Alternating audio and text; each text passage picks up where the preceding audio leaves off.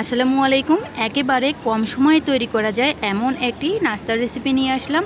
অনেক সময় দেখা যায় যে আমাদের হাতে সকালে নাস্তাটা বানানোর সময় থাকে না, তখন কিন্তু এই রেসিপিটা ট্রাই করতে পারেন। তার জন্য প্রথমেই 1 কাপ আটা নিয়ে পরিমাণ মতো পানি দিয়ে একটুখানি লবণ দিয়ে ব্যাটারটা তৈরি করে নিচ্ছি।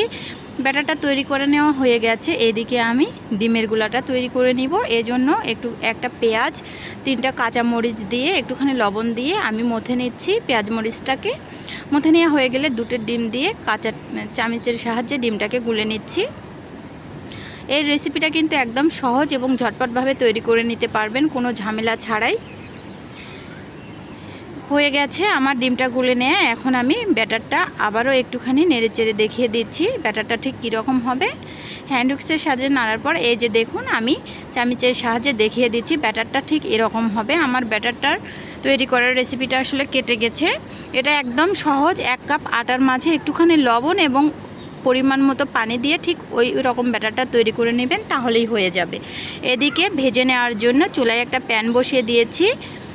ব্রাশের সাহায্যে একটুখানি তেল দিবেন, তেল খুব কম লাগে এভাবে বানাইলে। এবার আমি রুটির শেপ করে দিয়ে দিব রুটিটাকে।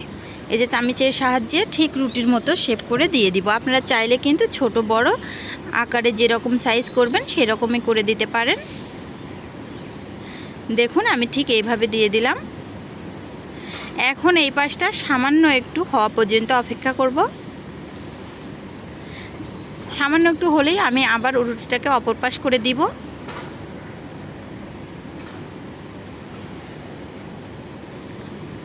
যখন আপনারা রুটিটা দেবেন তখন কিন্তু চুলার আঁচটা অবশ্যই মিডিয়াম লোতে রাখবেন, তা না হলে কিন্তু রুটিটা জড়ায় যাবে। তারপর আবার হিট বাড়িয়ে দিয়ে রুটিটা ভেজে নেবেন। এবার আমি একটু একটু করে ডিম দিয়ে ছড়িয়ে দিচ্ছি। 2টো ডিম দিয়ে কিন্তু আপনারা 8 থেকে 10টি বা 10 থেকে 12টি বানিয়ে নিতে পারবেন রুটি। একেবারেই সহজ, খেতেও কিন্তু দারুণ টেস্টি। এটাকে ডিম পরোটাও বলতে পারেন, তাও আবার বেলার ঝামেলা ছাড়া। অনেক সময় দেখা যায় যে বেলে নিতে গেলে আমাদের কিন্তু ঝামেলা হয়। আর এটা কিন্তু আপনারা বাচ্চাদের টিফিনেও দিতে পারবেন। বাচ্চারাও কিন্তু ডিমের সাথে রুটিটাকে খেতে পছন্দ করে। হালকা একটু তেল দিয়ে এপাশ ওপাশ ভেজে নিব। তেলের পরিমাণটা একেবারেই কম দিবেন, তাতেও কিন্তু ভালো লাগে। ওই পাশটা ভেজে নেওয়া হলে আবারও একটু অপর পাশটা ভেজে নিচ্ছি। নিয়ে আমি এটাকে এরকম করে রেখে দিচ্ছি, অর্থাৎ রুটিটাকে মুড়িয়ে নেব। আমি আবারও একটা দেখিয়ে দিচ্ছি। ওই সেম প্রসেসেই আমি এটাও ভেজে নিয়েছি। আবারও এটাকে মুড়িয়ে নিয়ে আমি এটাও রেখে দিচ্ছি। আপনাদের সুবিধার জন্য আবারও আমি দেখিয়ে দিচ্ছি। ঠিক এইভাবে শেপ করে দিয়ে দিবেন,